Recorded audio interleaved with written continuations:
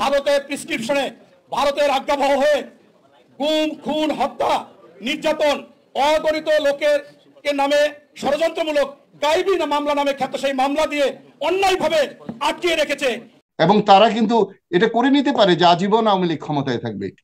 মাননীয় সদস্য জনাব সৈয়দ সাইদুল হক, হবিগঞ্জ ৪।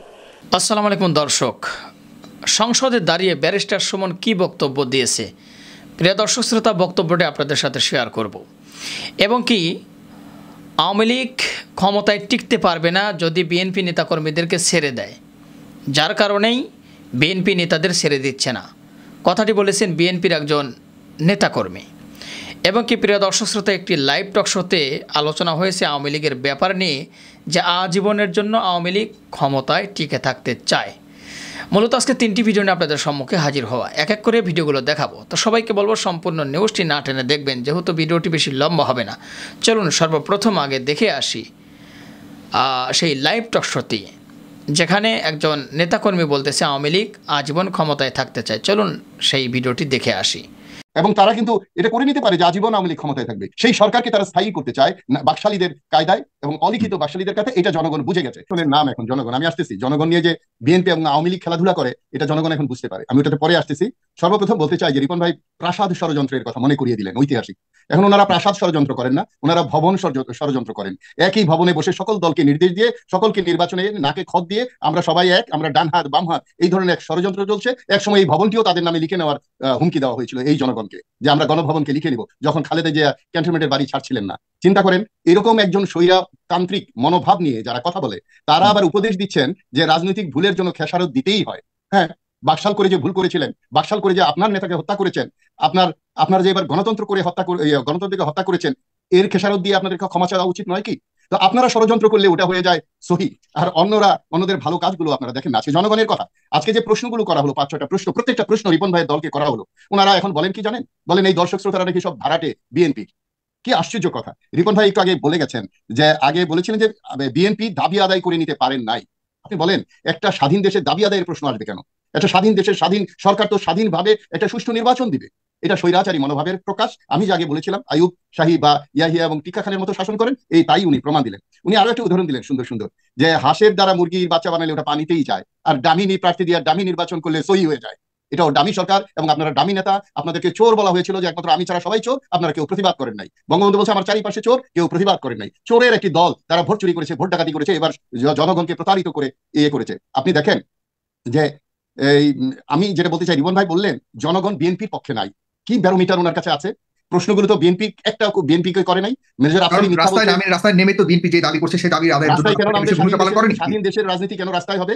স্বাধীন হওয়ার পরই তো ছাত্রছাত্রীদেরকে মাঠের থেকে সরিয়ে ইয়েতে পাঠানো উচিত ছিল। ওনারা রাজনীতিতে এনে এখন ব্যবসাবৃত্তি করে ইডেন কলেজে, এখন ওই যে 100 বার রেপ করে, এই যে কয়েকদিন আগে স্বামীকে বেঁধে রেপ করেছে, এদিকে পুলিশ বডি বিল্ডারের বউকে বলে বডি খুব ভালো থাকেন, এইগুলো ওনারা করেছেন।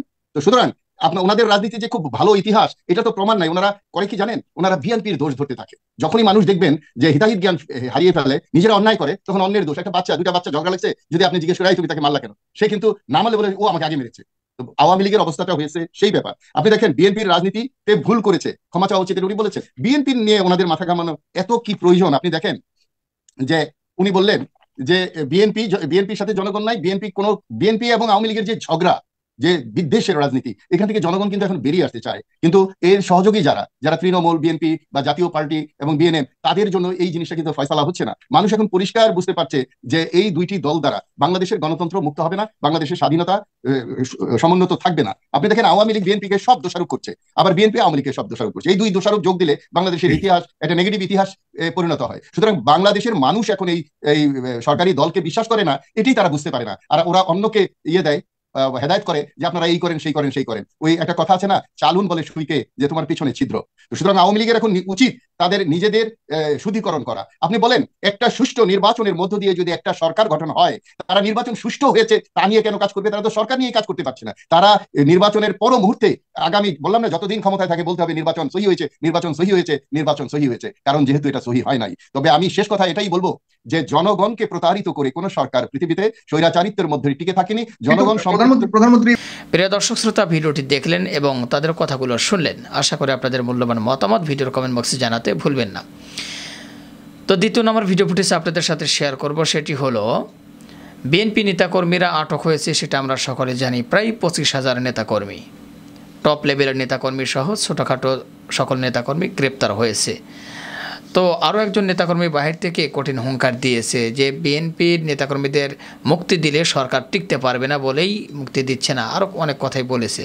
তার মুখ থেকে হয়তো শুনলে বুঝতে পারবেন, চলুন শুনে আসি। যে এই সরকার অবৈধভাবে ক্ষমতা দখলের পর ভারতের প্রেসক্রিপশনে, ভারতের আজ্ঞাবহ হয়ে গুম, খুন, হত্যা, নির্যাতন, অগণিত লোকের নামে ষড়যন্ত্রমূলক গাইবী মামলা নামে খ্যাত সেই মামলা দিয়ে অন্যায়ভাবে আটকিয়ে রেখেছে। এই সরকারের কোনো ইখতিয়ার নাই তাদেরকে আটকিয়ে রাখা।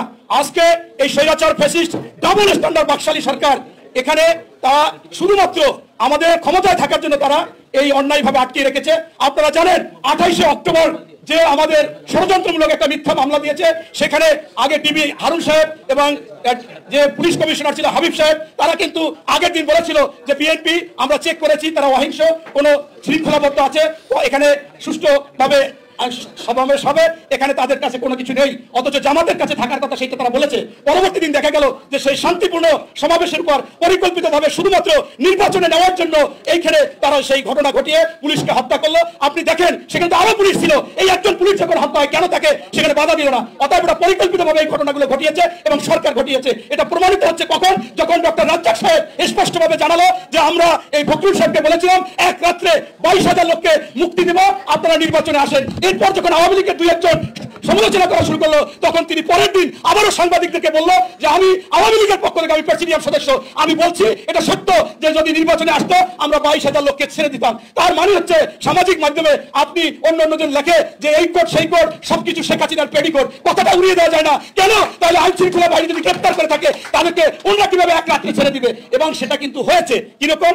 শাহজাহান ওমর এই জামিন পেল, 1 ঘন্টার মধ্যে বাইরে এলো, বাইরে নৌকা নিল, তার হলফনামায় তার কোনো মামলা নাই।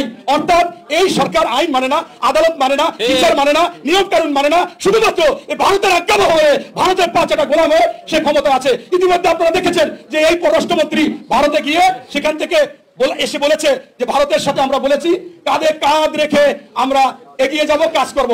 আমাদের দেশ থেকে শেখ হাসিনা ইলিশ উপহার দেয়, আমাদের দেশ থেকে হাড়িভাঙ্গা আম উপহার দেয়, এটা সেটা দিতে দিতে একসময় সে কিন্তু বলে ফেলেছে যে ভারতকে এত কিছু দিছি, ভারত চিরজীবন মনে রাখবে এবং এর ঋণ শোধ করতে পারবে না। মানে এইটা সত্য কথা।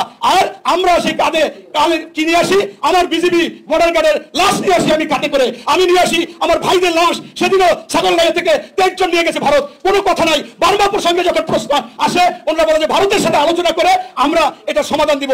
অর্থাৎ এমন একটি সরকার যার সার্বভৌমত্ব রক্ষা করার কায়দা নেই, এরকম ক্ষমতায় থাকার জন্য যা ইচ্ছে তাই করতেছে। তাই আসুন আমরা যেখানে আছি, যে অবস্থায় আছি, সেখান থেকে আমাদের আন্দোলনের মাধ্যমে সরকারকে পতন করতে হবে। আর ছোট্ট একটা কথা, কালকে এইখানেই একটা ব্যানারে একটা নারী সংগঠন তারা প্রতিবাদ করেছিল নারী নির্যাতন ধর্ষণের বিরুদ্ধে। তখন তারা বলতেছিল যে এদেরকে ছিন্ন মুষ্ট করতে হবে। আমি মনে করলাম ছিন্ন মুষ্ট কি, পরবর্তীতে দেখলাম যে খোঁজা করা, সেটা কি নপুংসক করা। অর্থাৎ এই সরকার আওয়ামী লীগ, যুবলীগ, ছাত্রলীগ, সকল লীগ সারা বাংলাদেশে ধর্ষণের রাজত্ব করতেছে, মানুষকে আতঙ্ক করতেছে, ভয় দিচ্ছে। এবং টকশোতে এসে আওয়ামী লীগের বড় বড় নেতারা বলে যে আমরা এটা বিচার চাই, আপনারা ছাত্রলীগ বলবেন না, আওয়ামী লীগ বলবেন না, যুবলীগ বলবেন না, বলবেন ধর্ষক। তাই যদি হয় তাহলে বাংলাদেশে যদি এই ধর্ষকের বিচার হয় এবং কালকে নারী সংগঠন যেটা বলেছে সেইটা যদি হয়, তাহলে সেই বিচার আমিও চাই এবং বাংলাদেশে আওয়ামী লীগ একটা অঙ্গ সংগঠন হবে। সেইটা হবে কি? সেইটা হবে খোঁজা লীগ, সেইটা হবে খোঁজা লীগ, সেইটা হবে আওয়ামী লীগই হবে, কারণ তারাই ধর্ষণ করতেছে। ধন্যবাদ। আল্লাহ হাফেজ। বাংলাদেশ জিন্দাবাদ। শহীদ জিয়া অমর হোক। বেগম খালেদা জিয়া জিন্দাবাদ। আগামী দেশ নায়ক তারেক রহমান জিন্দাবাদ। প্রিয় দর্শক শ্রোতা, শুনলেন তার বক্তব্য। অবশ্যই আপনাদের মতামত জানাবেন। এবার আমরা ব্যারিস্টার সুমনের সেই সংসদে দাঁড়িয়ে বক্তব্যটি আপনাদের সাথে শেয়ার করব। তো মাঝখানে একটি কথা বলে নিচ্ছি, সেটি হলো যারা এখন পর্যন্ত আমাদের এই চ্যানেলটি সাবস্ক্রাইব করেনি, প্রতিনিয়ত এ ধরনের সকল প্রকার নিত্য নতুন আপডেটগুলো পেতে আমাদের চ্যানেলটি সাবস্ক্রাইব করে আমাদের সাথে থাকবেন। যারা সাবস্ক্রাইব করেছেন তাদেরকে অসংখ্য ধন্যবাদ। চলুন প্রিয় দর্শক শ্রোতা, ব্যারিস্টার সুমনের বক্তব্যটি শুনে আসি।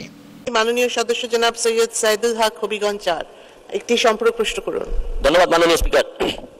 মাননীয় মন্ত্রী, দ্রব্যমূল্যের দাম প্রতি বছরই কোনো না কোনো ফরম্যাটে বাড়ে। এইবারের বিষয়টা একটু ভিন্ন। মাননীয় প্রধানমন্ত্রী বারবার এই জায়গায় এমফাসিস করেছেন যে ইউক্রেন রাশিয়ার যুদ্ধ এবং ডলারের দাম, এই দুইটার কারণে অনেক বেশি বাড়তেছে। এখন আপনার যে উত্তরের মধ্যে যে জিনিসগুলো দেখলাম মাননীয় মন্ত্রী, আপনি বাজার মনিটরিং এর কথা বলছেন, কিন্তু এইখানে রাস্তা মনিটরিং, সিন্ডিকেট মনিটরিং, অনেকগুলো মনিটরিং আছে যেটা আপনার বাণিজ্য মন্ত্রণালয় এই বিষয়ে যদি অন্যান্য মন্ত্রণালয়ের সহযোগিতা না নেন, ধরেন স্বরাষ্ট্র মন্ত্রণালয়ের সহযোগিতা যদি না নেন, অর্থ মন্ত্রণালয়ের সহযোগিতা যদি না নেন, এই ব্যাপারে আপনি একা কতটুকু পারবেন, অথবা আপনার এই ইন্টার ডিপার্টমেন্টাল কোনো আপনাদের কোনো জয়েন্ট টাস্ক ফোর্স আছে কিনা যারা আপনারা যদি এক ডিপার্টমেন্টে না পারেন অন্য ডিপার্টমেন্টের সহযোগিতা নিয়ে এটা নির্ধারণ করবেন, এবং এই ব্যাপারে মাননীয় প্রধানমন্ত্রীর কোনো হস্তক্ষেপ আপনারা চাইবেন কিনা, কারণ আমাদের শেষ ভরসা স্থল তো সবসময় মাননীয় প্রধানমন্ত্রী আমাদেরকে ক্রাইসিস থেকে বাঁচাই আনছেন। ধন্যবাদ। ধন্যবাদ মাননীয় সদস্য। মাননীয় মন্ত্রী। তো এই ছিল প্রিয় দর্শক আজকের ভিডিও। মূলত 3টি ভিডিও নিয়ে আপনাদের সম্মুখে হাজির হয়েছিলাম, এক এক করে 3টি ভিডিও আপনাদের সাথে শেয়ার করলাম। আশা করি সম্পূর্ণ নিউজটি আপনারা মনোযোগ সহকারে দেখেছেন এবং তাদের কথাগুলো শুনেছেন। তো কি বুঝলেন, কি জানলেন, অবশ্যই সেটা কমেন্ট বক্সে জানাবেন। পারলে ভিডিওটি শেয়ার করে দিবেন।